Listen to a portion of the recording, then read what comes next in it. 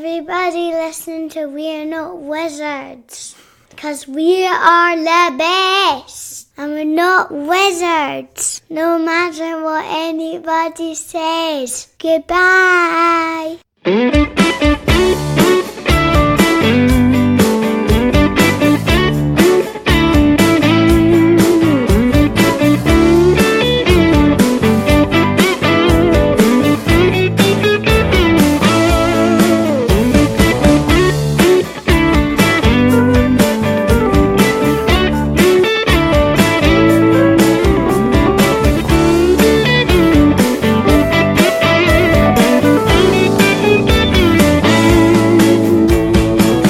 Hello and welcome to another episode of We're Not Wizards. My name's Richard.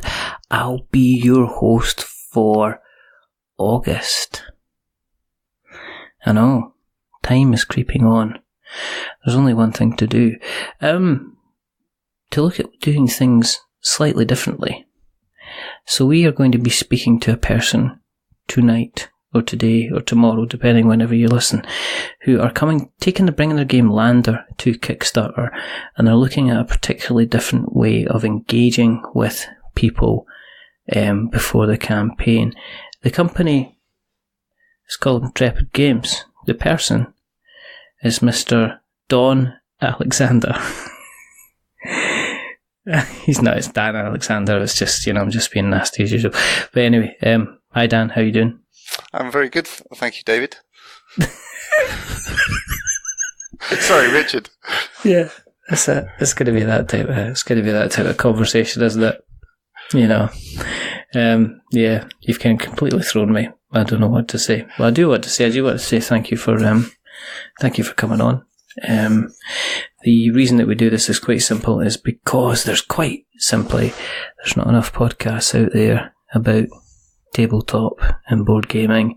I've checked, scoured the internet, can't find any. And the other reason that we do this is because Dan got in contact and said, I'd like to tell you about this fantastic game I put together. And I went, okay.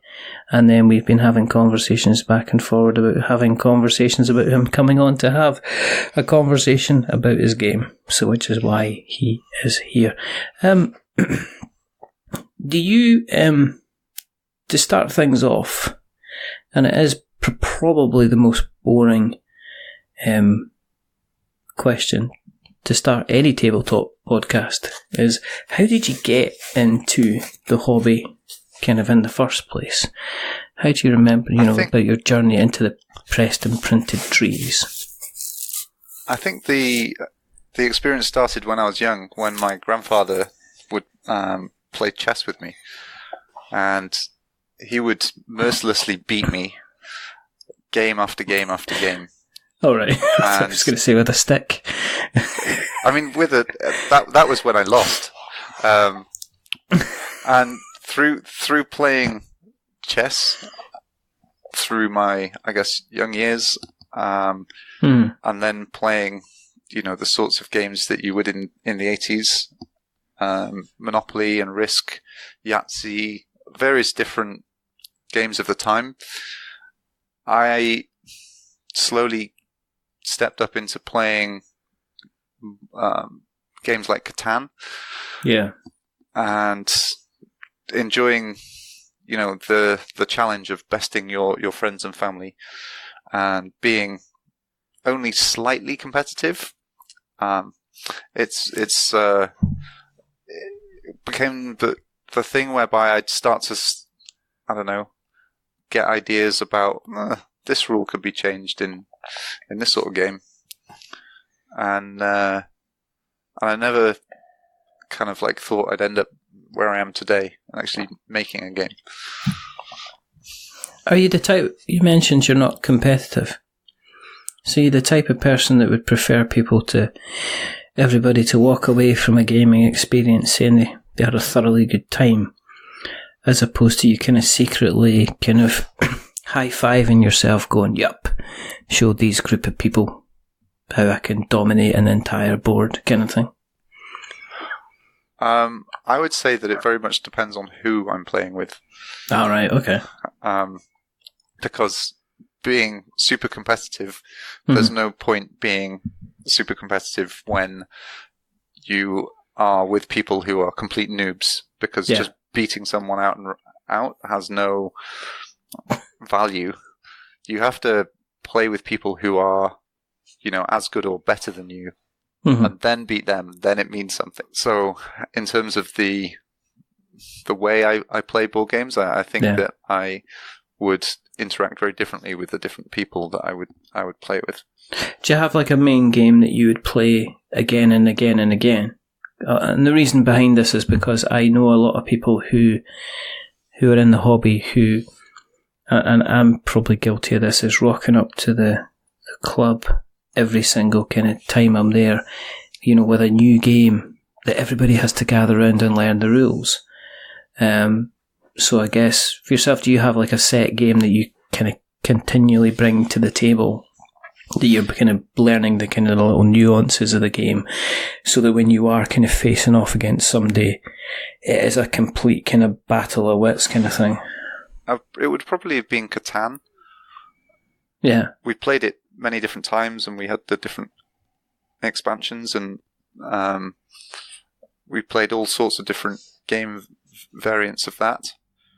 And that experience of playing that, and Risk Legacy was another one that we really enjoyed. We played the full kind of 15 goes of it, of writing stuff on the board, and those were really great memories of playing those two games. Definitely. Is Risk Legacy a good game then? Is it?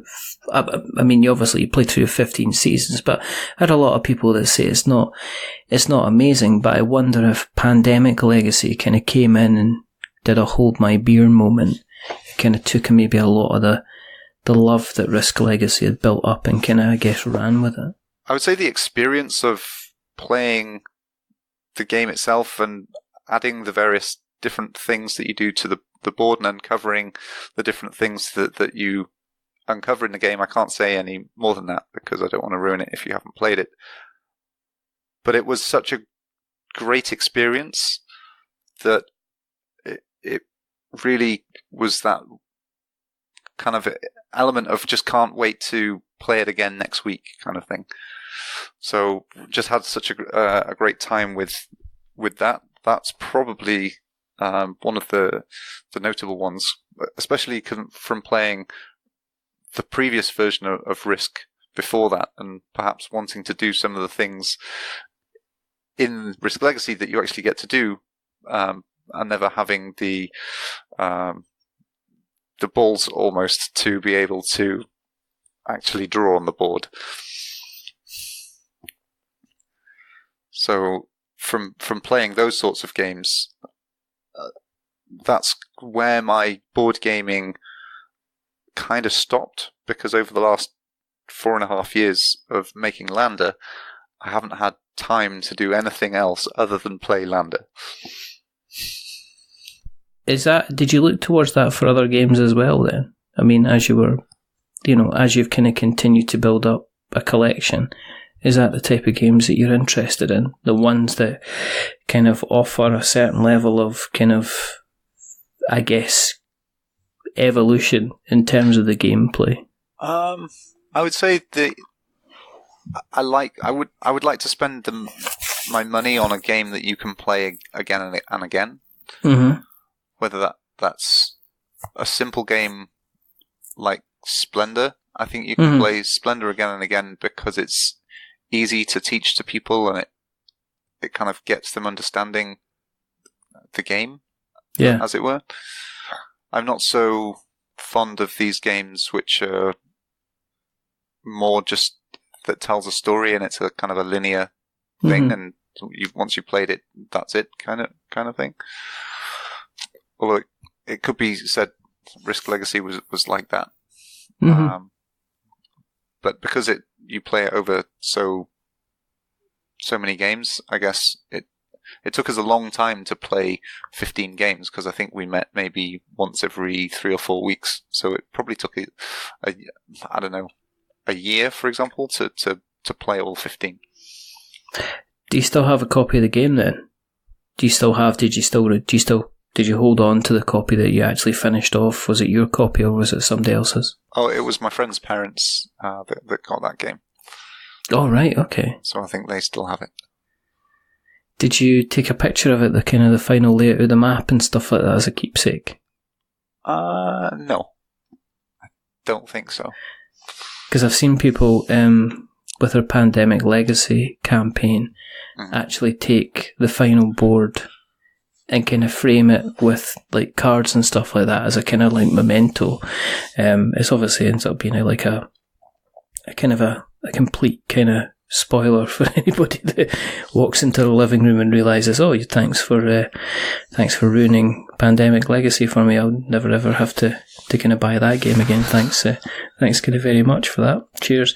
In terms of your collection, then, are you quite a big collector? Would you say you're one of these people that kind of regularly jumps on kind of Kickstarters or goes out and pre-orders the kind of the latest kind of hotness? No, definitely not. I'm the opposite of that. I'm the kind of person that buys or finds something that is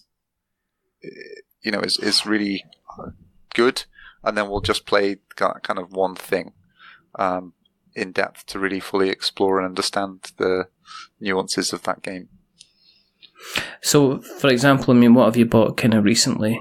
Do you do a lot of research then? I mean, do you like to even kind of like go as far as getting a demo of the game before you would commit to going ahead and buying it? Maybe, but I haven't played any other board games other than Lander in about 4.5 years. Really? Yeah. It's been very much a journey of having to spend all my available free time around my day job working on Lander, and working on Lander can consist of playing the game and playing it with different people around the world. My day job enables me to go around the world, and I take the game with me and play it with all sorts of different types of people, styles of gamer and ages and so on and so forth. And in doing that, I've probably played about 750 games of Lander in 4.5 years. And do you log them all as well? Do you log them all with like the outcomes and stuff like that as well, with kind of like notes? No, more just get a feel for that the game is kind of working and flowing correctly. And if it's not, then make a note and send that note to my friend who I'm working on the game with, Sean, and then we'll then investigate that.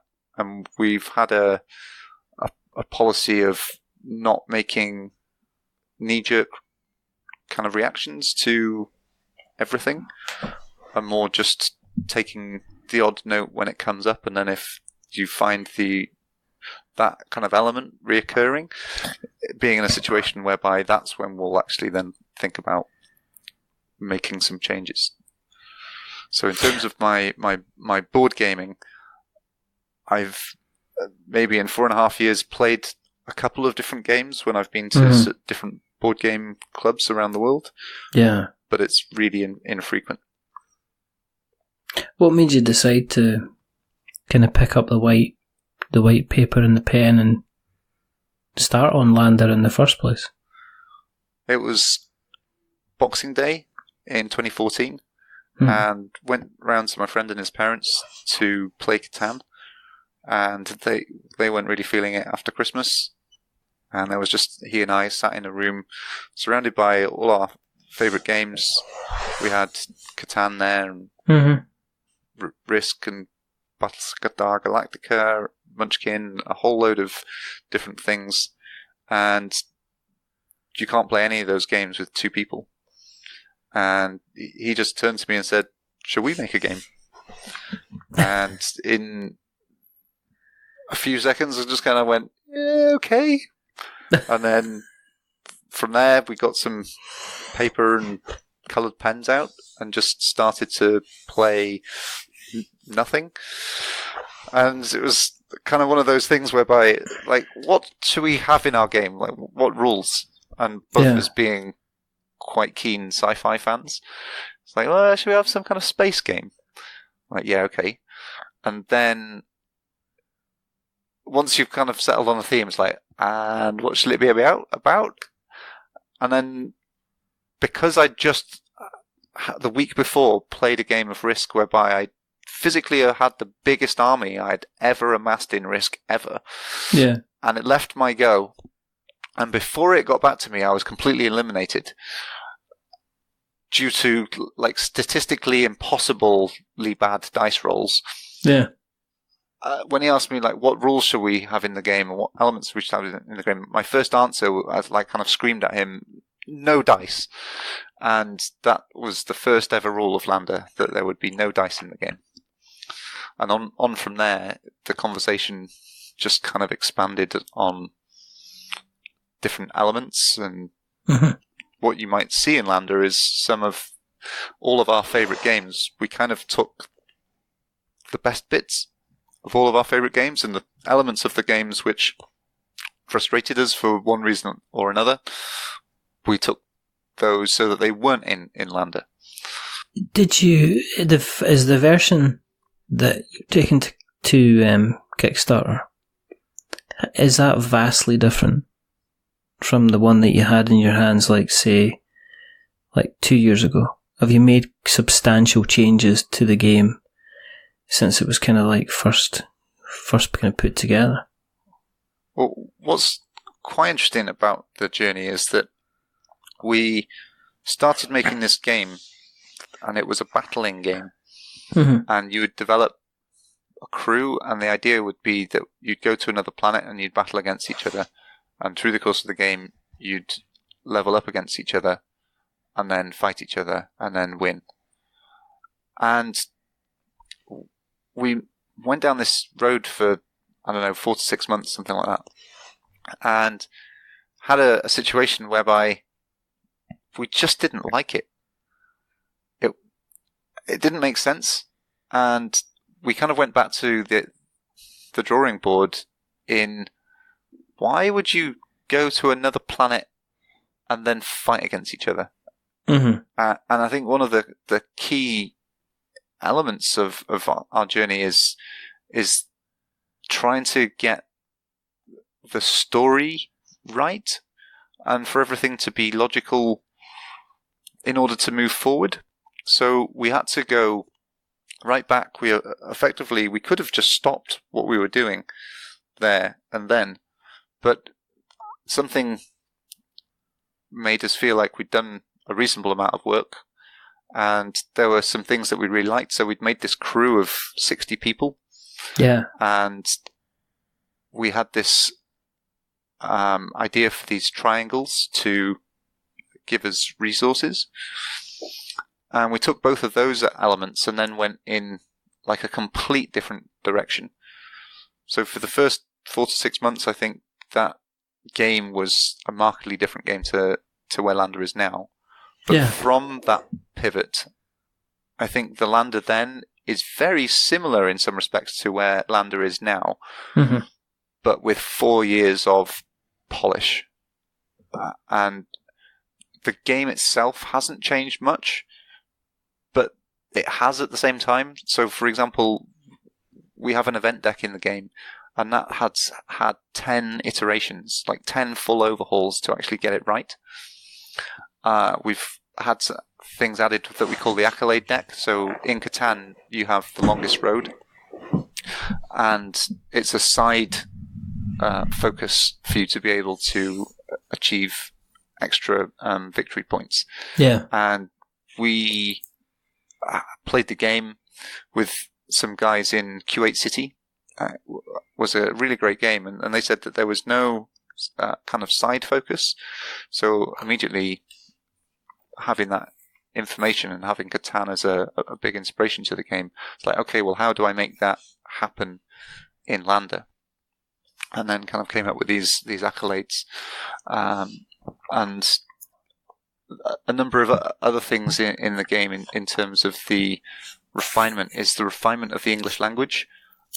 I would say one of the hardest things to get right is to be able to write an instruction in English and have it not be ambiguous, and refining the wording on. I think the game has about 550 cards. That's making a reasonable size of cards. just making sure that every card that's kind of spoken or played or what have you, that it's kind of follows a game mechanic, follows on theme. It's clear that it's not going to cause world-ending arguments around a board gaming table, that sort of thing. That's what's taken the time. Yeah, there's the whole thing about the Oxford comma, isn't there? I see that kind of argument coming up a couple of times. No, but I mean, I've seen games which are universally loved, and you go to Board Game Geek and they've got like huge FAQs on there with people kind of asking kind of question after question after question, because there's, you're right, kind of like if there's a bit of ambiguity with the rules in it, when you're playing a game, anything that stops you from actually playing that game, if it's like a rules check or something like that, can have a negative impact on the kind of the overall the experience of the game.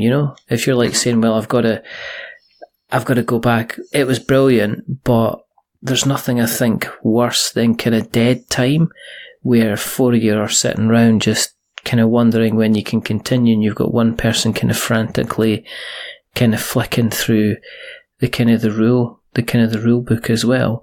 You mentioned playtesting, and you mentioned Q8 City. So you mentioned, obviously, one of the things you said was your job takes you kind of quite far and wide.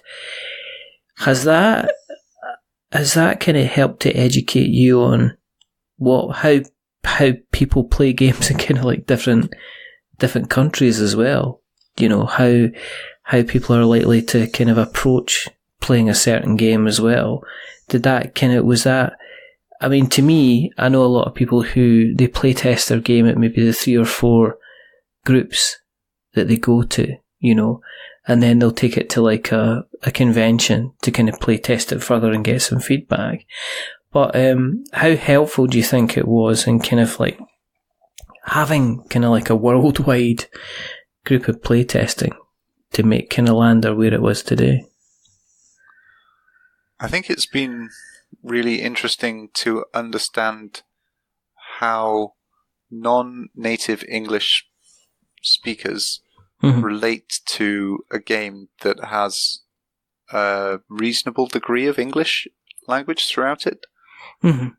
And that has been a really interesting discovery, because you might imagine that everyone is fluent in the language, and when you take it to play with people who English is their second or maybe third or maybe fourth language that they know, and you see them struggling or not, and those kind of things have been quite an interesting learning experience. And what we had with the game was a lot of technically correct scientific language, and we were quite proud, I think maybe 2.5 years ago, to have this game which was like really nerdy in its design and everything being right. And what I found through playtesting internationally is a lot of people didn't know what those words meant, so therefore they couldn't interact and relate to the game as well, even though these words were flavor text. Yes. So in playing it with this wide international community, I would say the biggest and most fascinating thing is that we changed all of that language and just stripped it out of the game. So now at the top of the card, we don't have a very clever, complicated header. It says something like kill crew or free upgrade. And and understanding how to make the game have very simple instructions in language that everyone can hear is probably what I've learned from that international playtesting. Mm-hmm. Mm-hmm.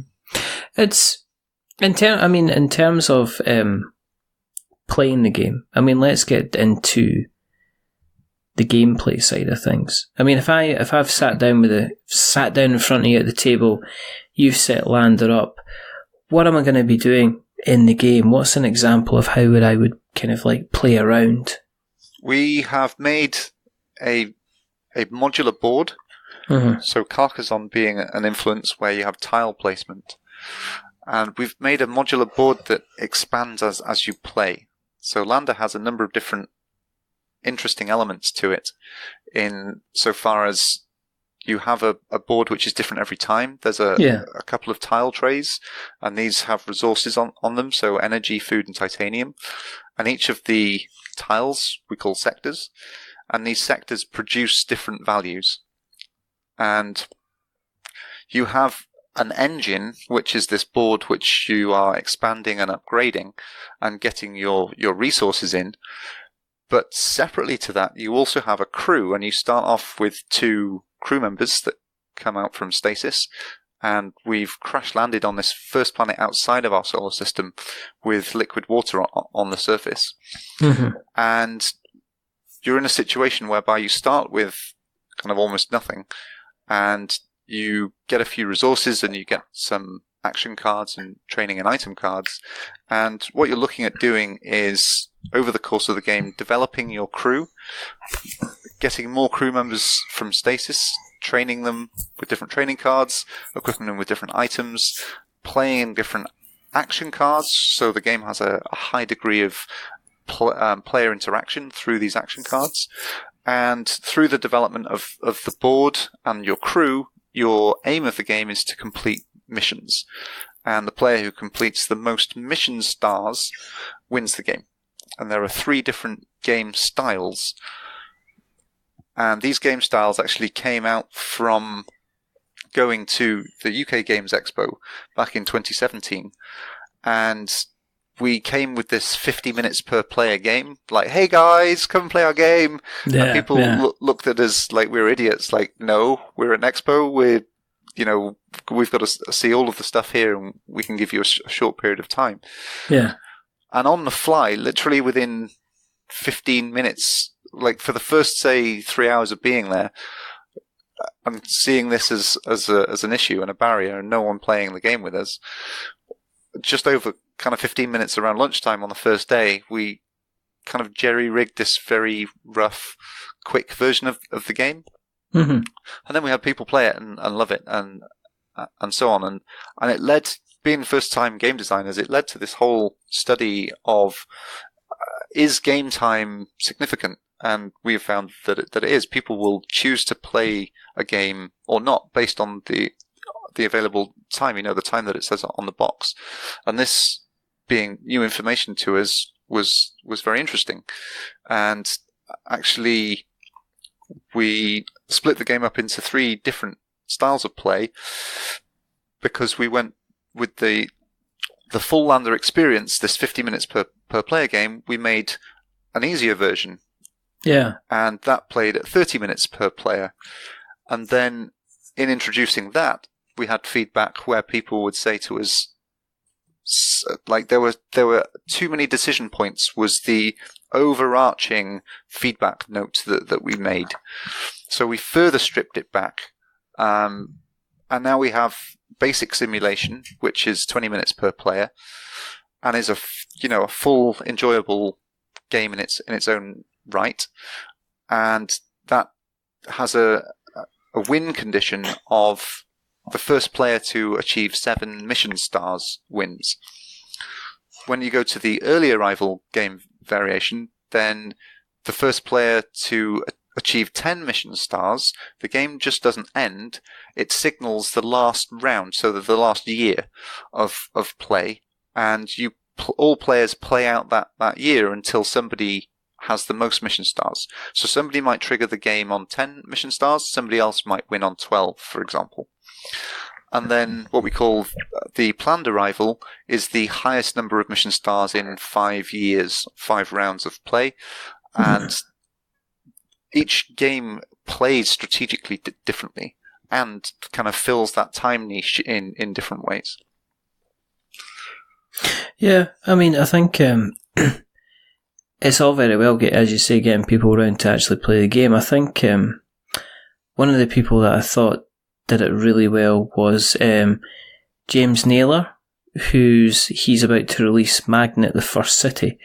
And the way that he did demos is he basically split it into like 3 sections. And he said, okay, the bigger game is bigger. He says, but what we're going to do is we're going to play 3 rounds at the beginning of the game, and then what I'm going to do is you're going to give me 2 minutes, and then I'm going to set up the scenario for like the final 2 rounds of the game, so you can see what happens kind of like at the very, very end. So there wasn't the kind of bit where you missed out on some of the mechanics that were there, and also you didn't miss out on kind of the end game, so you could see how things like kind of like final scoring could work. And yeah, I mean, I totally see where you're coming from in terms of even if I'm going out to play at the local game club, we're only there from round about 6 o'clock until 9 o'clock, kind of 9:15. And it usually takes, with any game, it usually takes about half an hour for everybody to sit down, scratch their bum and decide actually what they're going to play. So if there's a huge kind of time window in getting a game kind of played, then it can put us off. But it depends how many times you've played it, because we could have played a game like 3 or 4 times, and we know how easy it is to get set up and how easy it is to kind of getting played. So for you, is the playtesting side, is getting people to actually play the game, is that a really, really important thing for you? To actually, rather than to read rule books and look at videos, to actually get them physically, get bums on seats and get them kind of playing a copy of the game, is that fairly important for yourself? Yeah, if you're looking at making a game, I would say the key thing that I've learned in my time in making Lander is playtest, playtest, playtest, playtest. I couldn't say it enough, and actually seeing people playing it and you know, not having to read the rulebook and so forth, but you tell them the game and just let them play and see how receptive they are to it, and so on and so forth. And that is the one kind of thing that I would say I've valued over this journey the most, is just the number of times I've managed to get people to play the game and to see their responses and things has effectively enabled Lander to be the game that it is today. And again, that the game in a lot of ways hasn't really changed from how it was 4 years ago, and in other ways massively has, because of all of that very, very, very like subtle fine tuning of every single part of it. And with so many cards in the games, when you have combinations between different data points, the more every number you add, it's factorially higher. And with so many things in the game and all of those elements interplaying with each other, being able to play it so many times has effectively enabled me to smooth it out as best as possible. So the game is very balanced as a result. And I would say that if anyone was looking at making a game with a number of different elements to it and having those different number of, you know, combinations of different parts, the only way you can get it to play right is to just play so many times that you see potentially those combinations actually happen.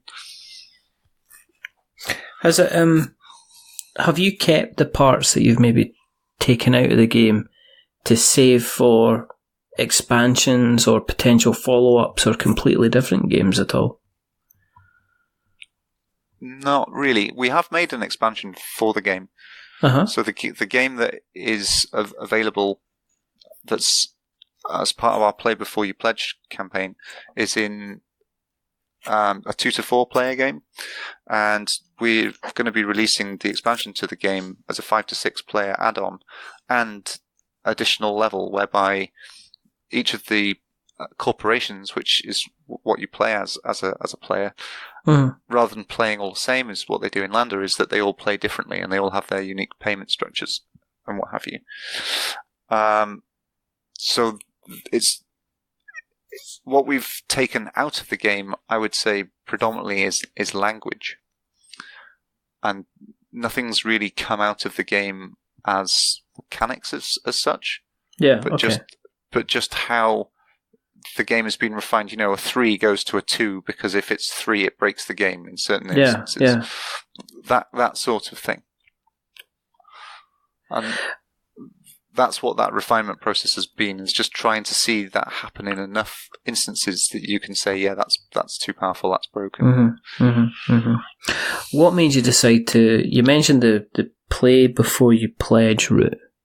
Yeah. What made you decide to do that? Because it's a big commitment in terms of resources and, finance and everything like that. Because in essence, what you're doing is you're saying, like, it's not a case of the rule book's available to download. You've, correct in saying this, you've partnered up with over 130, 140 different kind of board game kind of establishments, and sent them a copy of the game to encourage, to get people to actually be able to sit there and physically get their hands on it, yeah?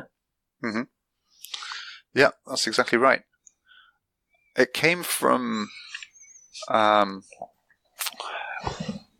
guess, a conversation whereby about 2.5 years ago, it would have been on the back of going to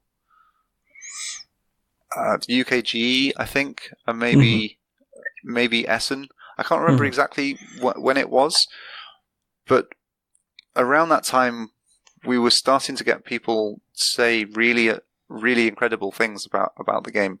We had people at Essen coming back to us at the end of the show saying, we've played loads of games and this is our favourite of the whole show. And around then, we were starting to think, okay, well, we need to start understanding the industry that we're in a bit better, and looking around and looking at Kickstarter and what have you, because we were heading to Kickstarter, but because it was still quite early on, and we're naive and ignorant in a lot of ways, we didn't really understand what we were approaching. Yeah. And then in looking at Kickstarter, and you see that the industry is demanding, better games, better quality components, better artwork, and so on and so forth, that the cost of board games now for, the sorts of board games that you want to buy, they cost £100. It's a normal kind of routine price, or $100.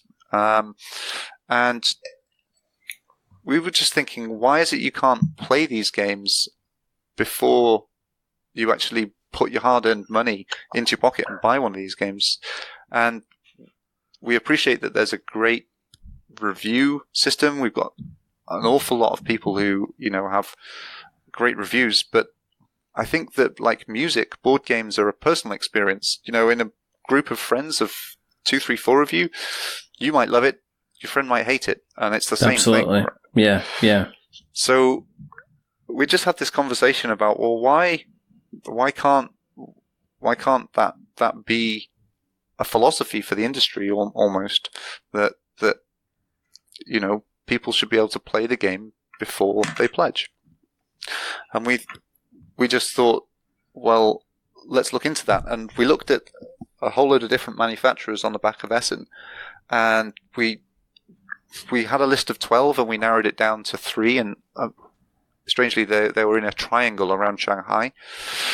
And in looking at all of these manufacturers, a lot of them had this minimum order quantity. So if you're a game designer, they can only make 500 or 1,000 as the minimum run that they will do.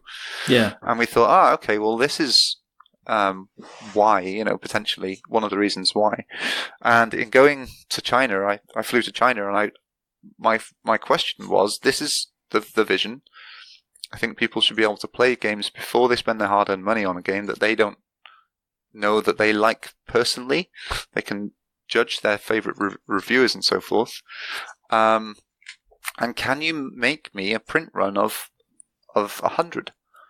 And in chatting with these different manufacturers, Gameland, who are our chosen partner, we had a way, and they figured out a way that we can do it. And in unlocking that with them, it gave us the ability to print this small number.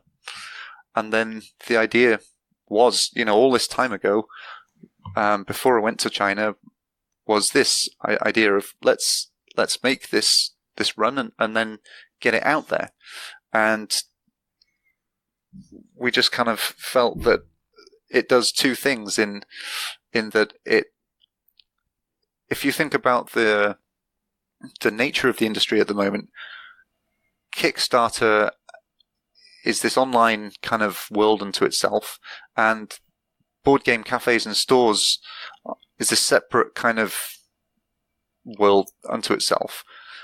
And we just thought, well, surely we could bring the whole gaming community together and, bring the whole world together a little bit by making board game cafes like hubs of excitement. This is where the new games come out. This is why you would go to your board game cafe, not just to play any old board game, but I can go there and play this big thing that's about to happen.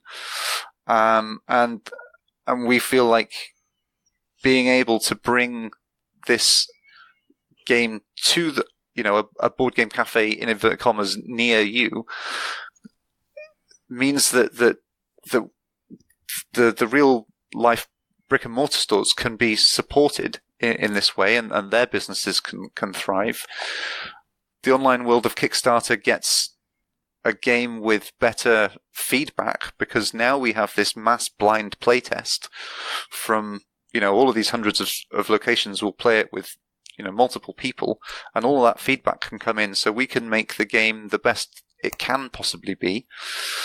And anyone backing then on Kickstarter, whether they've played it or not, can have confidence that, yeah, I'm going to give you my money whether I've played it or not, because the game will be the best it can be when it arrives on Kickstarter. So this philosophy of play before you pledge, we kind of found seemed to tick all of these boxes, and that's why we kind of we believed in it, so we wanted to put our resources into making it a reality.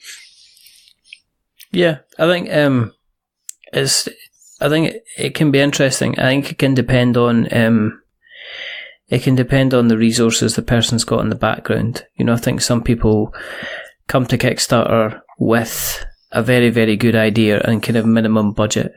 But also, I think you're right that a lot of them have gone to manufacturers, and the manufacturers have turned around and said, your minimum order is 500 or 1,000 units.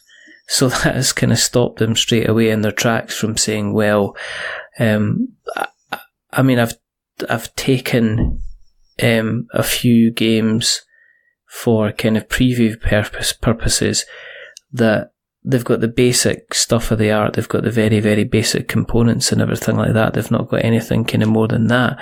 And, I think you're right. If people could try the actual game, and if you're able to publish the data to say, okay, this is what people like about the game, this is what people kind of, were hesitant about the game, it's just allowing people to kind of have that choice and have to have an educated kind of decision, Mm-hmm. Yeah, I think that's where we're really coming from. This belief that the industry wants things to be the best they can be, and the cost of games to make that is high. So people haven't got the money to just drop out, hundreds of dollars, pounds, whatever currency you're in, on all these different games. Mm-hmm. And I think that it would just be good that, because there's so many genres and types of games and style and play and things, that board games aren't exclusive, and that's the amazing thing about the industry. But surely if we as game designers want to make these good games and charge these high, ticket prices for the good quality components and art and so forth, then surely you want to know that the game is good. And being worked on. I've heard and had so many people come up to me to say that they've backed a Kickstarter, 2 years ago, and they still haven't got their thing because it hasn't been, finished yet. And my kind of viewpoint on that is, what I've learned is that having a good idea isn't good enough, because the good idea is only the beginning point. Actually playing and seeing that idea through in reality, and seeing all, where the idea breaks down that you could never have known that you didn't know over a really long period of time. That for me has been the important element of this, in that we're not taking people's money and holding on to it for years and then delivering them a product thereafter. We've taken the time to get it right, and then when we feel as though like this is almost there, we've put out what we're calling our 98% prototype to say we think this is nearly perfect, but we know it's not perfect. And now we can interact with the whole industry and get them to tell us what needs to happen just to get it to that 100% kind of ready line. And as a kind of a philosophy kind of going forward, if you're in a situation whereby you don't have the resources, what I would perhaps see potentially happening in the future would be that you have Kickstarters whereby you develop relationships with board game stores and cafes around the world, and if you believe in your idea, you get those people to back you, and you find a manufacturer that can produce a small print run, and then you just have Kickstarters that just have 100 or so backers, and they're all the board game stores and cafes, and then that's where you get your money to make the games, to go to them. People play them in their location, their businesses thrive. The board game is refined in the best way it can be as a result, and then you go to Kickstarter, for the big one. I think we're going to see a change in how manufacturing and stuff like that is going to happen anyway, because of several kind of political things kind of going on with regards to just importing and exporting anyway. We've spoken about the tariffs with regards to goods coming in from China into America, which is potentially going to affect the entire tabletop industry, not just people sending goods into the US. We've got the implications of what's going to happen after the end of October with regards to kind of imports and things like that as well. So, I just discussed this kind of like the other day regarding kind of, quite simply, UK manufacturers, and like you said, well, as I say, is there space maybe for manufacturers to do smaller, dirty print runs, basically knocking off 100 games to allow businesses to do what you're kind of, what you're currently doing kind of yourself. In terms of the Kickstarter itself, you're not going to be running your Kickstarter until basically into it's not going to be as in March of next year. Is that the kind of the date that you had on? This is the date you've got on your website, so I'm taking that as gospel, but you can obviously correct me if I'm wrong, Dan. One of the interesting things as well is that when people talk about trust, there's trust in that the product will be delivered on time and what have you. And what we've learned in this journey, because we've just ordered a quantity from China, had it go on different boats, have it sail around the world, have it been delayed by about 5 weeks going into America, we've learned a whole load of lessons about having extra copies because copies get damaged in transit. Mm-hmm. There's whole loads that we've learned just by doing this small run that has been experience that we wouldn't have had if we hadn't have done it. So when we come and approach the gaming industry as first-time publishers, now that we've got the experience to do it, we're in a situation whereby, we can convey that and hopefully give confidence to people wanting to back the game.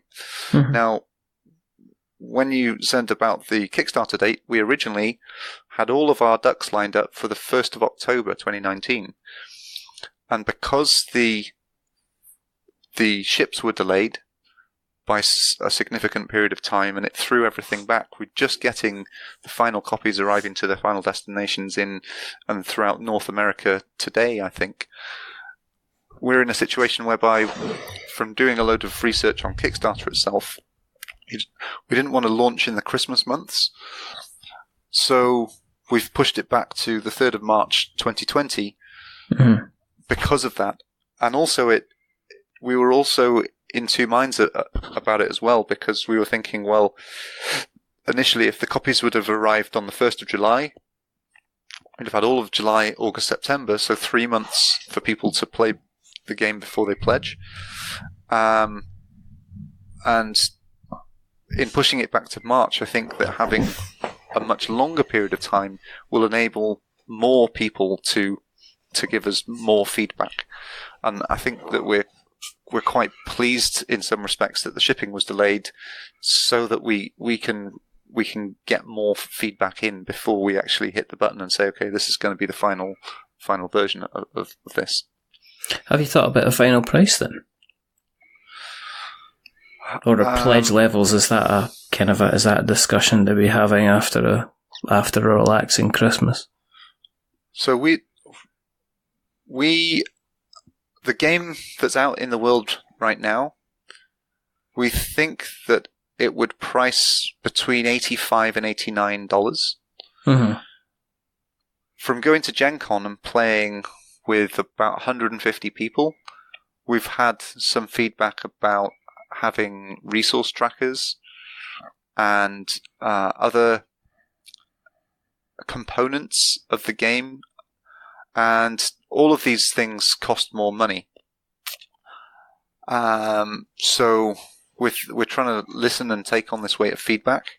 And we've had a couple of people post on our social media around the world in the last few days, and we've heard from them that resource trackers seems to be a thing. So we're listening. But if we introduce a whole load of components that just weren't there previously, then the knock-on effect is that we think that this is going to up the game by, say, another $10. So we reckon that we'll get the game to probably being $99 game. Okay, that's cool. If people have listened along tonight and they're interested in keeping an eye, I mean, even, or if they're a retailer and they're interested in kind of keeping an eye and maybe kind of reaching out to you guys as well, where do you exist on the internet webs? So our website is www.landerthegame.com. Okay. And through there, you can find our social media channels at @LanderTheGame on Facebook, Instagram, and Twitter. Cool. Okay. And we'll make sure that we put those links into the show notes, so we've got notes to show. Thank you very much. If you want to keep an eye on what we're up to, you know where we are. Don't be silly. Go search We're Not Wizards in Google, you'll find us.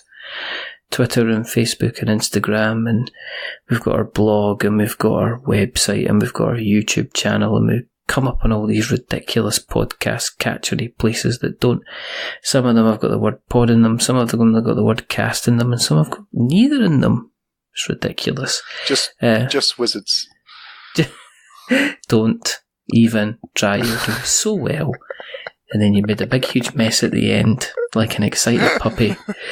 If you like what you've listened to tonight, there's a couple of things you can do. Don't do what Dan did. Do something different. No, you can tell somebody else about us. You can reach out to us on podcast@we'renotwizards.com if you'd like to consider coming on the show. Or you can tell somebody else about us. Tell us a friend, tell a neighbour, tell somebody you don't like, tell some random on the street. I don't know. Just, it helps spread the word of our nonsense out there. Or you can jump onto Apple Podcasts and you can give us a subscription, which is nice. You can give us a rating, you can give us a review. If you are going to be giving us a rating or review, quite simply, do not give us 10 stars, because I'm sick of all the 10 stars we're getting. But also, don't give us a 1 star, because if you do, we kind of get upset about it. Give us something in the middle, like a 5, because it's average, then we're just a little bit average. But the person who's not been average tonight, rather wonderful, rather fantastic, Mr. Dan Alexander. Thank you very, very much for coming on, sir. Thank you very much. And lastly, just go into your local, in inverted commas, cafe or venue and play Lander now before we go to Kickstarter on the 3rd of March 2020. You got play time. You got 6 months. You got lots. You got 7 months. Do something. Get out your chair. That's what we're saying to you. There's only 2 more things to do. The first thing is to remember that we're many things, but we're not wizards. Are we wizards, Dan? No, we are not wizards. Fantastic. And the second thing is to say goodbye. So it's a goodbye from Dan. Say goodbye, Dan. And this is goodbye from me. And it's goodbye from me. Remember, stay safe, roll 6s, and what's the Zoolander thing again? The important question that you need to ask is, are we making an animal-based prequel to this game? Yes. And are you calling it?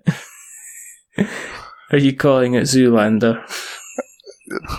That will be a conversation for your next podcast, Richard. Okay, that sounds good. But until the next time, bye. Goodbye. No, you hang up. No, you hang up. No, you hang.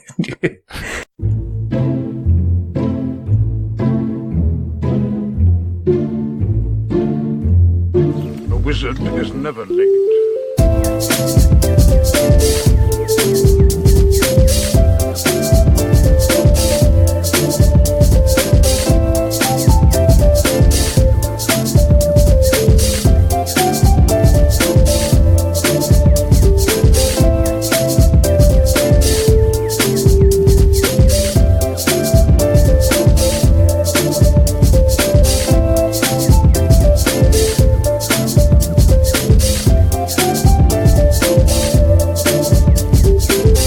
Nor is he early.